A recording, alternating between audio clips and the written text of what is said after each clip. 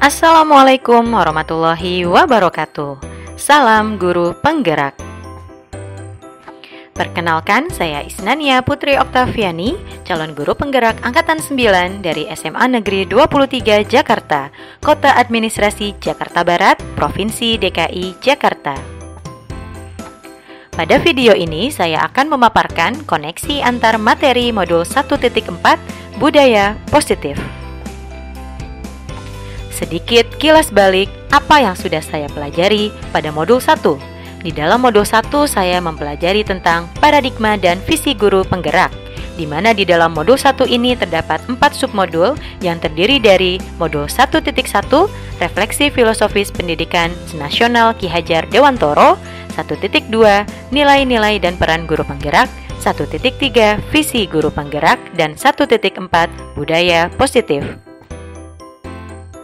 Dalam rangkaian modul 1 tersebut merupakan rangkaian tentang paradigma dan visi guru penggerak, di mana guru penggerak merupakan guru yang dijadikan sebagai pemimpin pembelajaran yang nantinya bisa mendorong murid untuk bertumbuh kembang secara holistik, aktif, dan tentunya proaktif.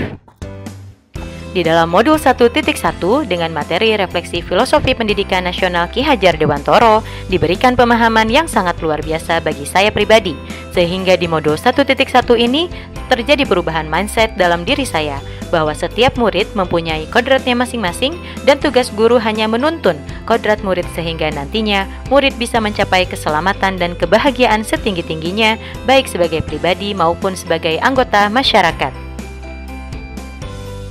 Ada beberapa hal yang bisa saya pahami dari pernyataan Ki Hajar Dewantoro yang tertuang dalam materi modul 1.1.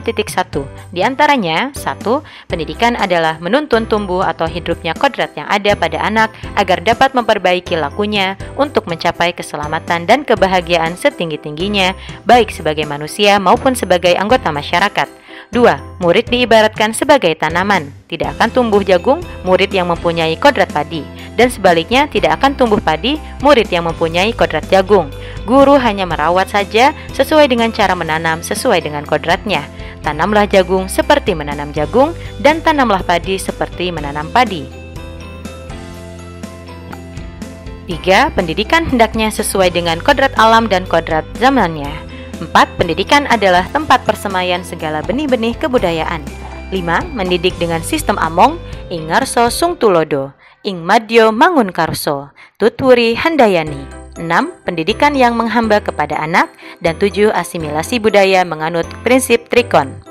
Berangkat dari bekal yang sudah saya pahami di modul 1.1 dan berlandaskan pada filosofi Ki Hajar Dewantoro, selanjutnya saya sebagai guru mulai membangun dan menegakkan nilai-nilai dan peran guru penggerak sesuai dengan materi yang ada di modul 1.2. Dalam modul 1.2 ini saya mempelajari tentang nilai dan peran guru penggerak, sehingga materi pada modul 1.2 ini merupakan penguat untuk menjalankan filosofi Ki Hajar Dewantoro dengan menegakkan nilai guru penggerak dan siap memerankan peran sebagai guru penggerak. Nilai dan peran guru penggerak diantaranya adalah nilai guru penggerak adalah berpihak pada murid, mandiri, kolaboratif, reflektif, dan inovatif. Peran guru penggerak adalah menjadi pemimpin pembelajaran, menjadi coach bagi rekan kerja dan guru lain, mendorong kolaborasi, mewujudkan kepemimpinan murid, dan menggerakkan komunitas praktisi. Setelah memahami modul 1.1 dan 1.2, alur berikutnya adalah membuat visi. Visi di sini didasari dari impian guru atas murid di masa depan, sehingga dari impian tersebut guru bisa membuat rencana dan alur untuk mencapai sebuah impian.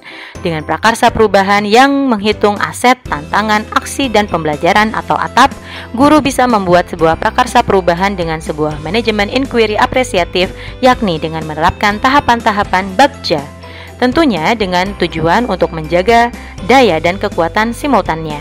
Alur inquiry apresiatif dari Bagja sendiri adalah dengan cara membuat pertanyaan, ambil pelajaran, gali mimpi, jabarkan rencana, dan atur eksekusi.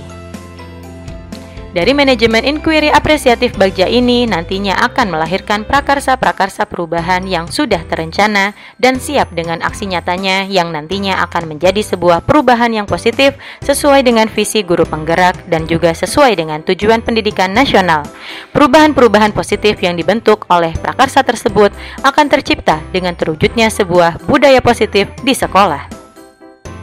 Kemudian, apa saja komponen budaya positif dan bagaimana mengelola penyimpangan-penyimpangan akan nilai-nilai universal keyakinan sekolah? Pertanyaan-pertanyaan tersebut telah dipelajari di modul 1.4 dengan materi budaya positif. Di dalam modul 1.4 ini, saya telah memahami bagaimana mengelola penyimpangan akan nilai-nilai universal keyakinan sekolah dan bagaimana guru mengambil peran dalam kontrol manajer dengan menerapkan segitiga restitusi. Berikut beberapa materi yang sudah dipelajari dan dipahami di modul 1.4, yaitu 1. Disiplin positif dan kebajikan universal melingkupi miskonsepsi tentang makna kontrol, miskonsepsi makna disiplin, dan nilai-nilai kebajikan. 2. Teori motivasi, hukuman penghargaan dan restitusi melingkupi motivasi perilaku seseorang, hukuman penghargaan dan restitusi, tersandra oleh penghargaan. 3. Keyakinan kelas. 4. 5 kebutuhan dasar manusia dan dunia berkualitas. 5. 5 posisi kontrol guru. Dan 6. Segitiga restitusi. Bagaimana peran Anda dalam menciptakan budaya positif di sekolah? Peran saya dalam menciptakan budaya positif di sekolah dimulai dari pemahaman diri sendiri dan kemudian penyebaran pada teman sejawat tentang keyakinan kelas, 5 posisi kontrol, dan penerapan segitiga restitusi. Penyebaran ini saya lakukan dengan metode diseminasi sehingga nantinya penerapan disiplin positif bisa dimulai dari diri sendiri dan teman sejawat dan kemudian merambah pada warga sekolah dengan tujuan dapat menumbuhkan budaya positif yang termotivasi dari dalam yang nantinya akan membentuk karakter murid yang berprofil Pancasila. Refleksi pemahaman atas keseluruhan materi modul budaya positif. Sejauh mana pemahaman Anda tentang konsep-konsep inti yang telah Anda pelajari di modul ini, yaitu disiplin positif, teori kontrol, teori motivasi, hukuman dan penghargaan, posisi kontrol guru, kebutuhan dasar manusia, keyakinan kelas, dan segitiga restitusi? Adakah hal-hal yang menarik untuk Anda dan di luar dugaan? Pertama, disiplin positif.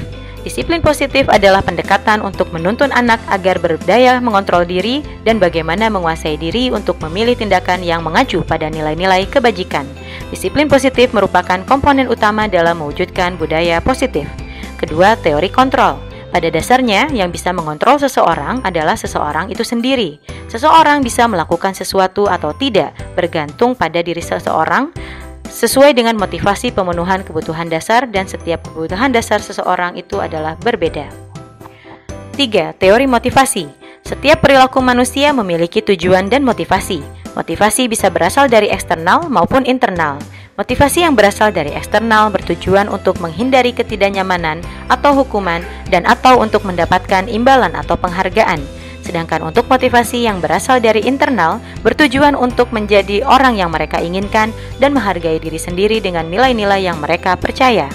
Inti dari disiplin positif adalah menanamkan motivasi yang berasal dari internal yang nantinya akan menjadi orang yang mereka inginkan dan menghargai diri sendiri dengan nilai-nilai yang mereka percayai, sehingga mereka akan sadar dengan keyakinan mereka sendiri dan tidak terpengaruh pada ketidaknyamanan, hukuman, imbalan, ataupun penghargaan.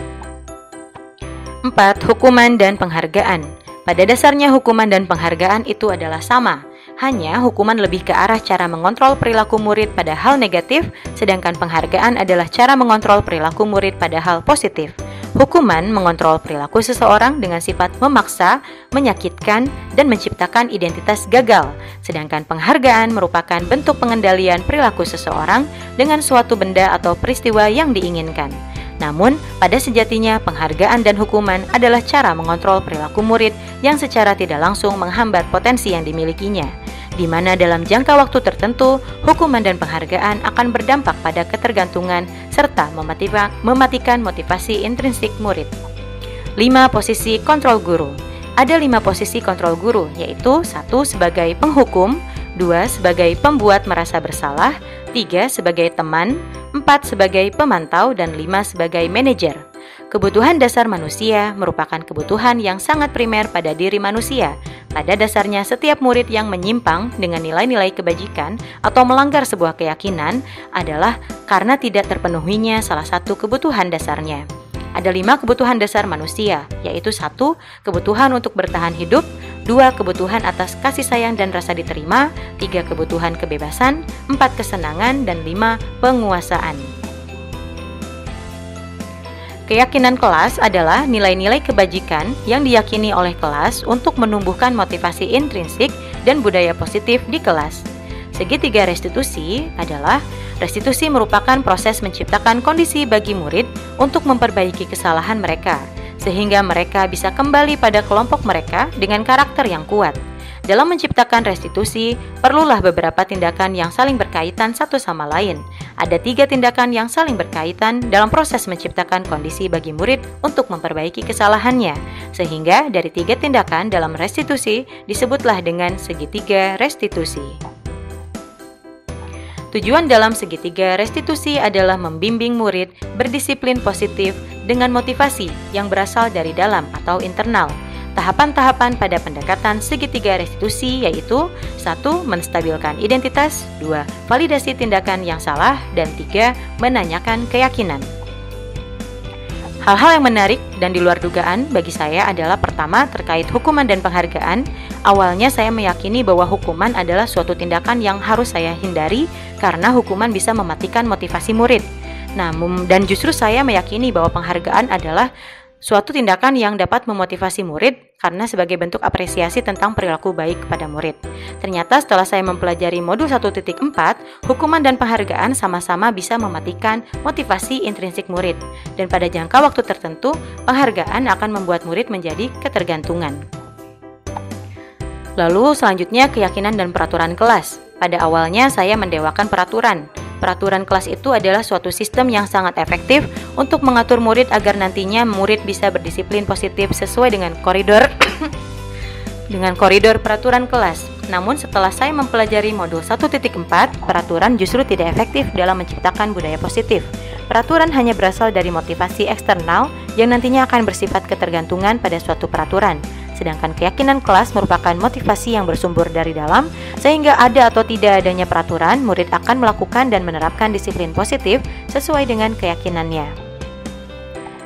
Segitiga restitusi. Hal yang paling menarik ketika pada tahapan menstabilkan identitas, ketika seorang guru berkata kepada murid bahwa tidak apa-apa melakukan kesalahan. Setiap orang pasti melakukan kesalahan.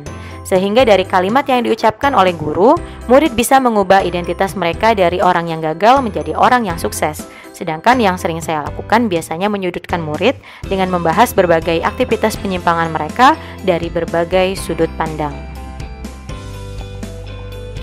Perubahan yang terjadi pada diri saya setelah menciptakan budaya positif di kelas maupun sekolah setelah mempelajari modul ini adalah perubahan paradigma tentang hukuman dan penghargaan. Yang awalnya saya beranggapan penghargaan adalah langkah yang efektif untuk menumbuhkan budaya positif, ternyata untuk membangun budaya positif harus berawal dari motivasi intrinsik pada murid itu sendiri untuk membentuk sebuah keyakinan, baik keyakinan di kelas maupun keyakinan di sekolah. Yang kedua, perubahan teori kontrol. Yang semula saya beranggapan bahwa guru bisa mengontrol murid dengan daya dan upayanya, ternyata setelah mempelajari modul 1.4, guru dapat mengontrol murid itu hanyalah sebuah ilusi. Yang dapat mengontrol murid sebenarnya adalah murid itu sendiri. Walaupun tampaknya guru sedang mengontrol perilaku murid, namun pada sejatinya murid mengizinkan dirinya dikontrol. Dari hal tersebut butuh motivasi intrinsik dari murid untuk menciptakan keyakinan kelas agar murid bisa melakukan sesuai dengan motivasi dari dalamnya. 3. Perubahan segitiga restitusi. Yang semulanya saya menyelesaikan kasus penyimpangan dengan mengintervensi murid dengan menunjukkan sisi-sisi kesalahan dari berbagai sudut pandang. Sekarang keyakinan saya berubah melalui segitiga restitusi. Pengalaman seperti apakah yang pernah Anda alami? Pengalaman yang pernah saya alami terkait penerapan konsep-konsep ini adalah dalam modul budaya positif baik di lingkungan kelas maupun sekolah adalah menggunakan segitiga restitusi dan posisi kontrol sebagai manajer. Hambatan saya dan tantangan saya adalah adanya benturan dengan beberapa guru yang masih berparadigma bahwa kontrol penghukum adalah tindakan yang paling efektif untuk mendisiplinkan murid. Sehingga saya butuh pendekatan khusus secara persuasif untuk berdiskusi dalam membangun pemahaman tentang disiplin positif dan budaya positif.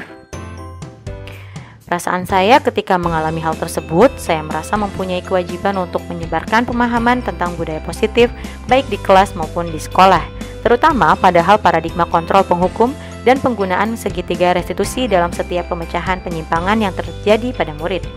saya merasa mempunyai kewajiban kepada setiap warga sekolah untuk menyebarkan pemahaman bahwa setiap murid mempunyai kebutuhan dasar, dan jika kebutuhan dasar tersebut terpenuhi, maka tidak akan ada penyimpangan-penyimpangan yang terjadi.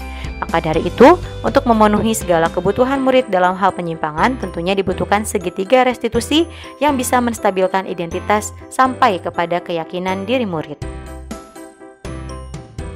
Hal baik yang sudah saya lakukan yaitu adanya peraturan yang sudah mengikat, tinggal bagaimana saya mengubah peraturan tersebut menjadi sebuah keyakinan, baik keyakinan kelas maupun keyakinan sekolah. Adapun hal yang perlu saya perbaiki yaitu mengubah mindset diri saya sendiri agar saya bisa mengubah posisi kontrol sebagai penghukum dan pemberi penghargaan menjadi seorang guru yang bisa mengambil peran sebagai manajer. Sebelum mempelajari modul ini, saya sering mengambil kontrol sebagai penghukum dan pembuat merasa bersalah. Namun setelah saya mempelajari modul 1.4 ini, saya lebih cenderung merubah posisi kontrol saya sebagai manajer, sehingga akan membangun identitas murid yang awalnya menjadi orang yang gagal menjadi orang yang sukses. Sebelum mempelajari modul ini, saya pernah menerapkan segitiga restitusi, namun beda istilah saja dan langkah-langkahnya tidak teratur serta tidak ada tujuan dan indikator yang jelas, sehingga apa yang saya lakukan tanpa arah dan tujuan, dan outputnya pun yang saya lakukan tidak berdasarkan pada keyakinan kelas dan tidak termotivasi pada dalam diri murid. Motivasi saya hanya bagaimana murid bisa disiplin dan tidak melanggar peraturan dan mengabaikan motivasi intrinsiknya. Tentunya ada, yaitu berkolaborasi dengan semua pihak agar bisa mendukung dan menciptakan budaya positif. Kolaborasi bisa berbentuk komunikasi intens dengan kepala sekolah, teman sejawat, wali murid, dan sebagainya. Komunikasi tersebut juga berbentuk persamaan persepsi antara semua warga sekolah sehingga bisa menjadi satu visi dan misi dalam menciptakan budaya positif. Mari menjadi guru penggerak yang tergerak, bergerak, dan menggerakkan. Terima kasih sudah menonton video ini. Wassalamualaikum warahmatullahi wabarakatuh.